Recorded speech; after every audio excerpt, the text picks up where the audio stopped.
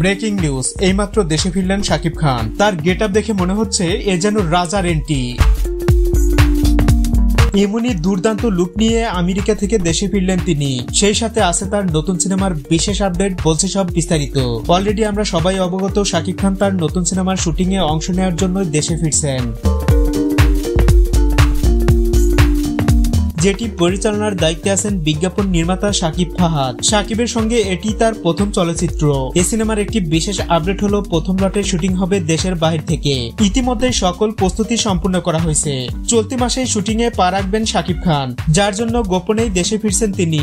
অনেকেই মনে করছেন বর্তমানে বাংলাদেশেই অবস্থান করছেন শাকিব খান, আর এই বিষয়টি হাইড করে রাখা হয়েছে, কেননা দেশের বর্তমান রাজনৈতিক অবস্থাও তেমন ভালো না, আর শাকিব খানের শত্রুর অভাব নেই। এর আগে আওয়ামী লীগের ভোট চাইতে তাকে বাধ্য করা হয়েছিল, তখন তিনি তার ক্যারিয়ার বাঁচানোর জন্য এমনটা করেছিল।